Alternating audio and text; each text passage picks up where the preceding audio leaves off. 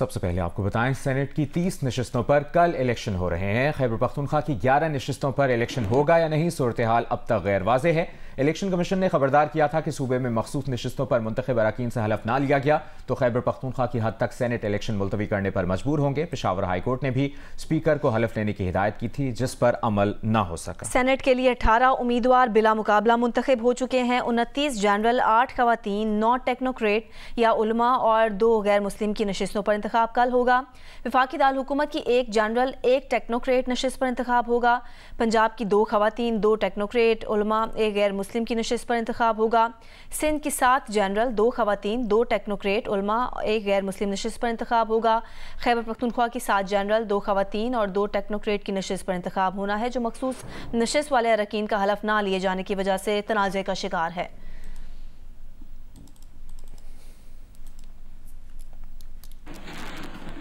बराह रास्त देखिए, शर्जील इनाम मेमन इस वक्त मीडिया से गुफ्तगू कर रहे हैं। फांसी पर चढ़ा दिया गया, उस वक्त किसी ने इस तरह की बात क्यों नहीं की, किसी को जुडिशरी आज़ाद क्यों नहीं आज़ादी आई। फिर मोहतरमा बेनज़ीर भुट्टो शहीद की 2 डेमोक्रेटिक गवर्नमेंट्स को घर भेजा गया गैर आइनी तौर पर, और मोहतरमा जब दोनों दफ़ा कोर्ट में गई, अदालत में गई कि जी मेरी हुकूमत को, मुंतखब हुकूमत को, अवाम के मैंडेट की हुकूमत को गैर आइनी, गैर कानूनी तौर पर जो है वो निकाला गया है, तब भी जुडिशरी ने उस वक्त उन गैर आइनी और गैर कानूनी इक़दाम की अनफॉर्चुनेटली सपोर्ट की। उस वक्त जुडिशरी की आज़ादी क्यों नहीं याद आई जब मोहतरम आसिफ अली ज़रदारी साहब को 11 साल बग़ैर किसी सबूत के, बग़ैर किसी कन्विक्शन के जेल में रखा गया। उस वक्त किसी को जुडिशरी याद क्यों नहीं आई, या उस वक्त जुडिशरी याद क्यों नहीं आई किसी को जुडिशरी की आज़ादी कि जब साकिब निसार जो जुडिशल एक्टिविज़म उस पाकिस्तान में उसने नाफिज किया, जो जुडिशल मार्शल लॉ उसने पाकिस्तान में नाफिज किया, जो जुडिशल कू साकिब निसार ने पाकिस्तान में नाजिल किया, उस वक्त किसी को जुडिशल की आज़ादी क्यों नहीं याद आई। जब जिस तरीके से ढरले के साथ साकिब निसार पूरे मुल्क में एंटी इंक्रोचमेंट ड्राइव चल रही थी और इमरान खान के बन्नी गाला के 300 कनाल के घर को, इरेगुलर घर को, इलीगल घर को रेगुलराइज किया गया जुडिशल ऑर्डर के तहत, उस वक्त जुडिशरी की आज़ादी याद क्यों नहीं आई। उस वक्त क्यों नहीं याद आई जब इमरान खान के मुकदमों में उसको झूठा सर्टिफिकेट सादिक और अमीन का दिया गया, एक ऐसे शख्स को जो सादिक अमीन नहीं था। मैं उसकी पर्सनल चीज़ों पर नहीं जाना चाहूँगा, लेकिन पाकिस्तान के बच्चे को पता है कि वो सादिक अमीन नहीं था। उस वक्त उसको झूठा certificate chief justice supreme court की जानिब से दिया गया। उस वक्त जुडिशरी की आज़ादी याद क्यों नहीं आई, या उस वक्त क्यों नहीं याद आई कि उसकी इलीगल एमनेस्टी स्कीम्स को, उसके इलीगल एक्ट्स को, उसको इलेक्शन में जितवाने के लिए साकिब निसार एक पॉलिटिकल वर्कर का किरदार अदा करते रहे।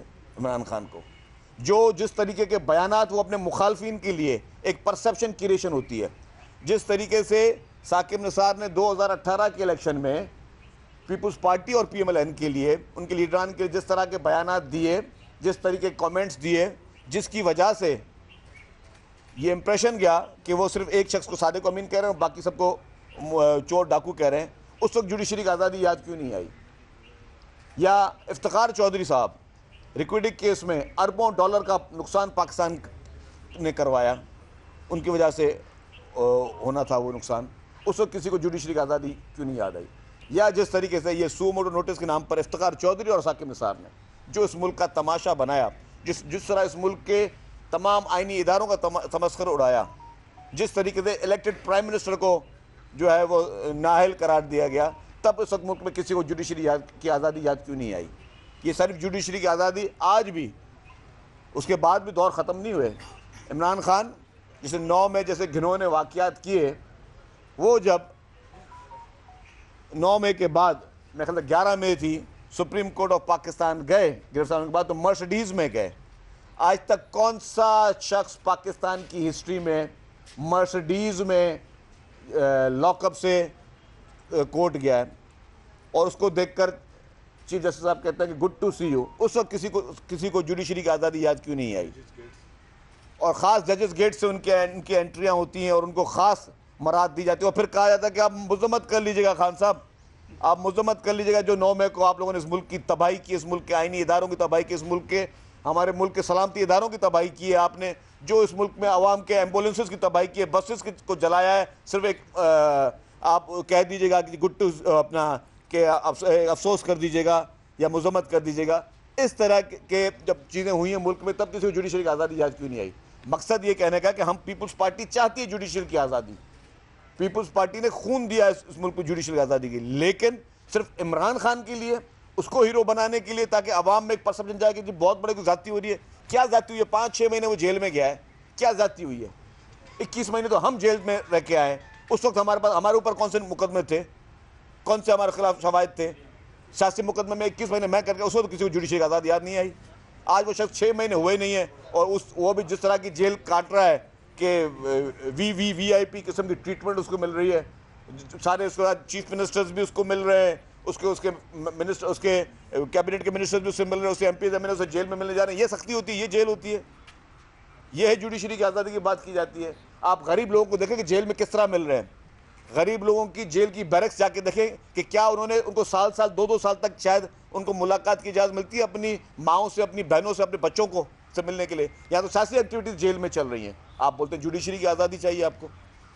मकसद ये है कि मैंने जिस तरह पहले कहा कि हम जुडिशरी की आज़ादी के मुकम्मल तौर पर हक़ में हैं, लेकिन ऐसे मौक़ों पे हमारे इदारों के ख़िलाफ़ प्रोपेगेंडास करना या उनको कंट्रोवर्शियल बनाना, या उसका इंडायरेक्ट मकसद अगर ये है कि इमरान खान जैसे लोगों को एक कौमी हीरो बना के साबित करना कि बहुत बड़ी ज़्यादती हुई है, उसके साथ कोई ज़्यादती नहीं हुई है।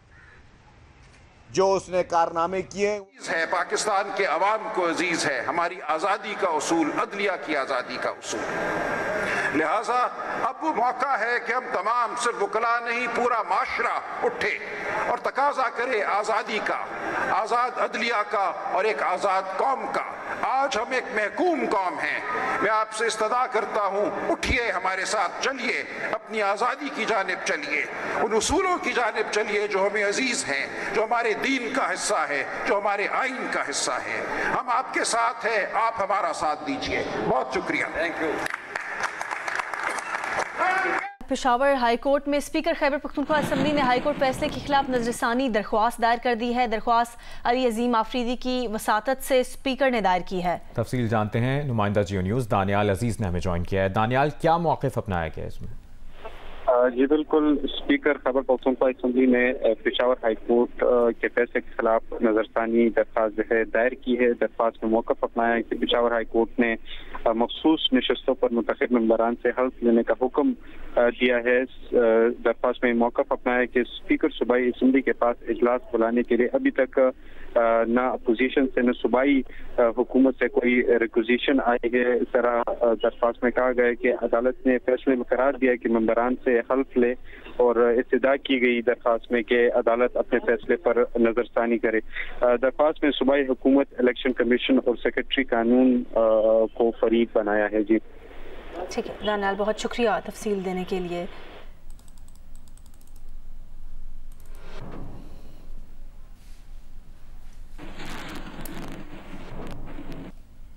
ऐवान बाला सेनेट इलेक्शन खुफिया बैलेट पेपर्स के जरिए तरजीही बुनियादों पर होगा। वोटर्स उम्मीदवारों के सामने अददी लिहाज से तरजीही नंबर्स लिखेंगे। पहले काउंटिंग में मतलूबा वोट लेकर कामयाब उम्मीदवारों के इजाफी वोट दूसरे उम्मीदवारों में तकसीम कर दिए जाएंगे। सेनेट इलेक्शन का तरीकाकार क्या होगा, ये जानते हैं नौशीन यूसुफ की रिपोर्ट में।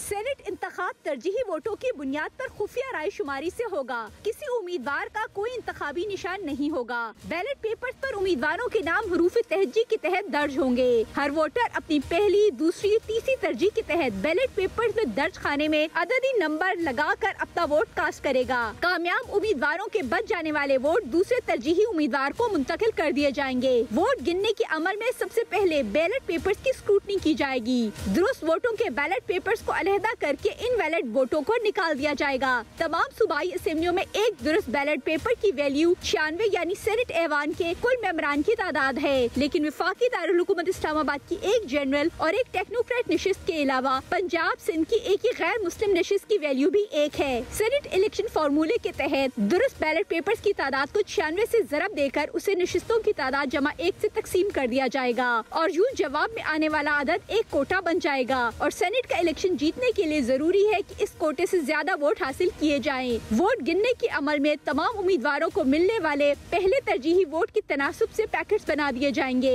जो उम्मीदवारों के लिए मिलने वाली पहली तरजीह के एतबार से होंगे। उम्मीदवारों को मिलने वाली पहली तरजीह वोट को 100 से ज़रब दी जाएगी। कोटे से ज्यादा वोट हासिल करने वाले उम्मीदवार कामयाब करार दिए जाएंगे और उन्हें मिलने वाले इजाफी वोट दीगर उम्मीदवारों में बांट दिए जाएंगे और ऐसा करते हुए इजाफी वोटों पर वोटर्स की दूसरी तरजीही वाले उम्मीदवार को देखा जाएगा और एक बार फिर कोटा बन जाएगा। दूसरी तरजीह वाले उम्मीदवार की वोटों की गिनती होगी। दूसरी तरजीह पर ज्यादा वोट लेने वाला कामयाब करार पाएगा। इजाफी वोट खत्म हो जाने पर उम्मीदवारों के खराज का सिलसिला शुरू कर दिया जाएगा। सबसे कम वोट लेने वाला मुकाबले से बाहर हो जाएगा और उसे मिलने वाले असल वोट दीगर उम्मीदवारों में मुंतकिल कर दिए जाएंगे। नौशीन यूसुफ, जियो न्यूज़, इस्लामाबाद।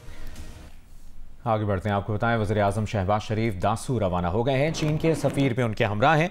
ज़राए का कहना है कि वज़ीर आज़म शहबाज शरीफ दासू डैम पर तरक्याती काम का जायजा लेंगे। उन्हें डैम पर अब तक हुए काम से मुतालिक ब्रीफिंग दी जाएगी। वो दासू डैम पर काम करने वाले इंजीनियर स्टाफ से मुलाकात करेंगे। वज़ीर आज़म दासू मंसूबे पर चीनी कंपनी के इंजीनियर से भी मुलाकात करेंगे।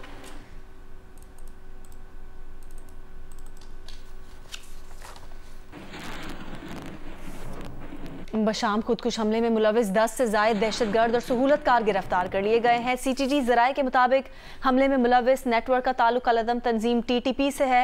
खुदकुश हमलावर का ताल्लुक अफगानिस्तान से है। बारूद से भरी गाड़ी चमन के रास्ते DI खान दराजिंदा पहुँचाई गई थी। गाड़ी शांगला के करीब पेट्रोल पंप पर 10 दिन खड़ी रही। गाड़ी 10 दिन तक 500 रुपये फ़ी दिन किराए पर पार्क की गई थी। गाड़ी को नॉन कस्टम पेड गाड़ियों के स्मगलर के जरिए चकदरा पहुँचाया गया। ज़राए के मुताबिक हमले का मास्टरमाइंड हज़रत बिलाल दासू डैम हमले में भी मुलविस और मतलूब है। उसकी गिरफ्तारी जल्द मुतवक्किल है।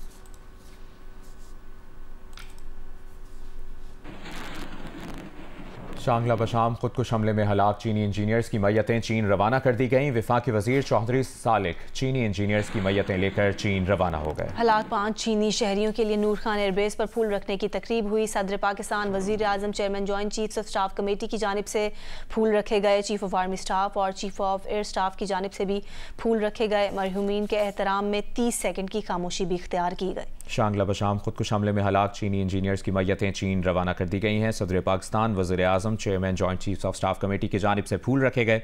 चीफ ऑफ आर्मी स्टाफ और चीफ ऑफ एयर स्टाफ की जानिब से भी फूल रखे गए। मरहूमीन के एहतराम में 30 सेकंड की खामोशी भी इख्तियार की गई है। वफाकी वज़ीर चौधरी सालिक चीनी इंजीनियर्स की मैयतें लेकर चीन रवाना हो गए।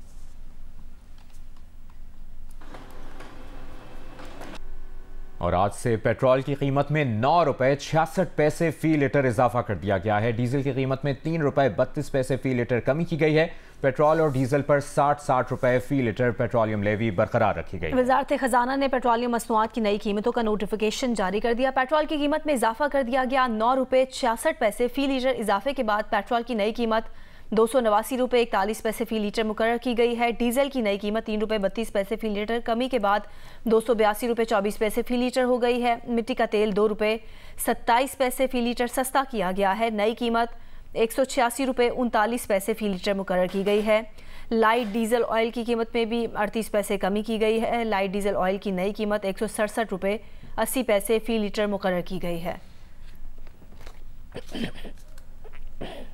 हुकूमत की जानिब से पेट्रोल की कीमत में 9 रुपये 66 पैसे फ़ी लीटर इजाफा कर दिया गया है। शहरियों का कहना है कि पहले ही महंगाई ने उनका जीना महाल कर रखा है, अब अशियाए ज़रूरिया मज़ीद महंगी हो जाएंगी। इसकी तफसील बता रही हैं हफ्सा उस्मान। जो बिल्कुल एक बार फिर जो है वो पेट्रोलियम मसनूआत की कीमतें बढ़ा दी गई हैं। लोग बहुत ज़्यादा परेशान हैं, सरापा एहतजाज भी हैं और उनका यही कहना है कि पेट्रोल की कीमत को कम करना चाहिए था। आगे ही महंगाई बहुत ज़्यादा है, पेट्रोल की कीमत कम होती तो शायद थोड़ा सा उनके लिए उनको भी रिलीफ मिल सकता है, लेकिन कीमत बढ़ा दी गई है। 9 रुपये 66 पैसे जो है वो बढ़ा दी गई है और नई कीमत जो है वो 289 रुपये 41 पैसे जो है वो इस पेट्रोल की नई कीमत है। हमारे साथ यहाँ पे पेट्रोल पंप पे शहरी मौजूद है और उनसे थोड़ी सी बात भी करते हैं कि कितना फ़र्क पड़ रहा है, क्या कहेंगे? ये सारी चीज़ें महंगी हो गई जी पेट्रोल की वजह से। हम तो खाना खाने से परेशान है, ये पेट्रोल का कहाँ करें मसला हल। सलसल ये इनको पता है कि हर बंदे की ज़रूरत है पेट्रोल, इसलिए इसमें पेट्रोल पे अपनी जो शराफिया है उस पर ये बिल्कुल टैक्स नहीं लगा रहे, ना अपने खराजात कम करने के तैयार हैं और सिर्फ लोगों की मसाइल के लिए इजाफा कर रहे हैं। ट्रांसपोर्ट भी महंगी होगी और ज़रूरत की बाकी चीज़ें महंगी होंगी, हर चीज़ को पेट्रोल की ज़रूरत है। यहाँ पे लोगों का यही कहना है कि पेट्रोलियम मसनूआत की कीमतों में कमी होनी चाहिए थी, ना कि हुकूमत जो है वो बढ़ाई चली जा रही है। एक ही हुकूमत से अपील कर रही है शहरी की कीमत जो है वो कम की जाए ताकि महंगाई थोड़ी सी कम हो और उनको रिलीफ मिल सके। जी, कराची के अवाम का कहना है कि महंगाई ने पहले ही कमर तोड़ रखी है, ऐसे में हुकूमत को जहां रिलीफ देना चाहिए वहां पेट्रोलियम मसनूआत की कीमतें बढ़ाकर जेब पर मजीद इजाफी बोझ डाल दिया है। शहरियों के तासुरात के बारे में मजीद आगाह करें नुमाइंदा जियो न्यूज़ शवाला असलम। एक बार फिर जो पेट्रोल की कीमतें हैं उनमें इजाफा कर दिया गया है, जिसके बाद जो कराची की आवाम है वो भी काफ़ी ज़्यादा परेशान नज़र आ रही है और उनका यही कहना है कि रमज़ान उल मुबारक में जहां पेट्रोल की कीमतों को कम करना चाहिए था हुकूमत को, वहीं जो कीमतें हैं वो अब बढ़ा दी गई हैं। घर को मेंटेन करें या ये मामला देखें या दूसरी चीज़ें देखें, नहीं हो पाता क्या करें, गरीब आदमी का गुजारा नहीं है। उनका कुछ भी नहीं बिगाड़ सकते, मर्जी के मालिक हैं, जो IMF उनको कहेगा वो करेंगे। वो पेट्रोल से ऑयल भी बढ़ता है, घी तेल भी बढ़ा देंगे, राशन का जो भी सामान है सब पे रेट बढ़ना शुरू होंगे और सारा बोझ आवाम पर आता है। आवाम ये कहती है कि ज़्यादातर जो आमदनी होती है वो पेट्रोल के अखराजात में ही निकल जाती है। काफ़ी मुश्किलात का सामना है, वसाइल कम हैं लेकिन जो मसाइल हैं वो बढ़ते चले जा रहे हैं और ईद से पहले भी जो एक बोझ है वो आवाम पर इसकी सूरत में डाल दिया गया है। दुकानदारों को टैक्स नेट में लाने के लिए रजिस्ट्रेशन आज से होगी। कराची, लाहौर, पेशावर, कोयटा, इस्लामाबाद और रावलपिंडी के 10 लाख होलसेलर, डीलर्स और रिटेलर्स रजिस्टर्ड होंगे। ताजिर दो स्कीम के तहत रजिस्ट्रेशन 30 अप्रैल तक जारी रहेगी। टैक्स वसूली 1 जुलाई से शुरू होगी। एक से ज़्यादा शहरों में काम करने वाले बैनुल-अक़वामी या कौमी कारोबार पर ताजिर दो स्कीम लागू नहीं होगी।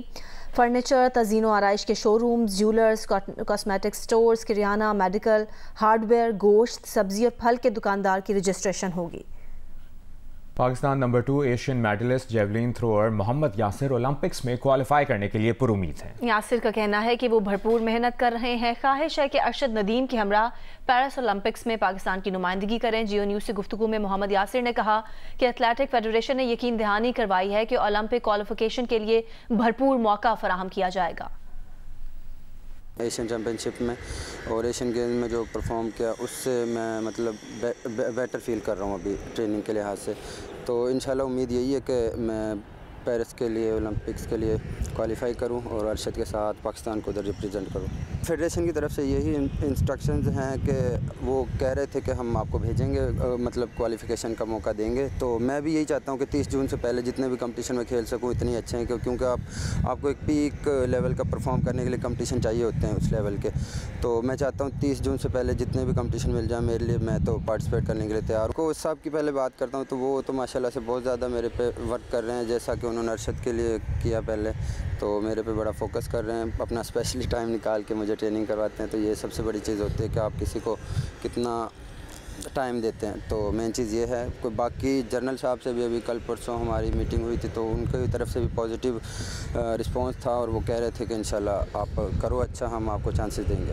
PSB ने मुझे रिहाइश दी हुई है, अभी तक मतलब हमारा कैंप नहीं लगा हुआ। तो मैं यही चाहता हूँ कि हमारा प्रॉपर कैंप हो तो वो ज़्यादा बेटर होता है। प्लेयर के लिए डाइट और ये बाकी जो अकोमोडेशन और जो इम्प्लीमेंट्स जो चीज़ें होती हैं सारी ईजी हो जाती हैं। तो बाकी पॉजिटिव रिस्पॉन्स है उनकी तरफ से, और अभी तक उन्होंने मुझे मतलब इधर रखा हुआ है और सारी फैसिलिटीज़ मैं यूज़ कर रहा हूँ PSB की। तो होपफुली इंशाल्लाह सब अच्छा ही होगा।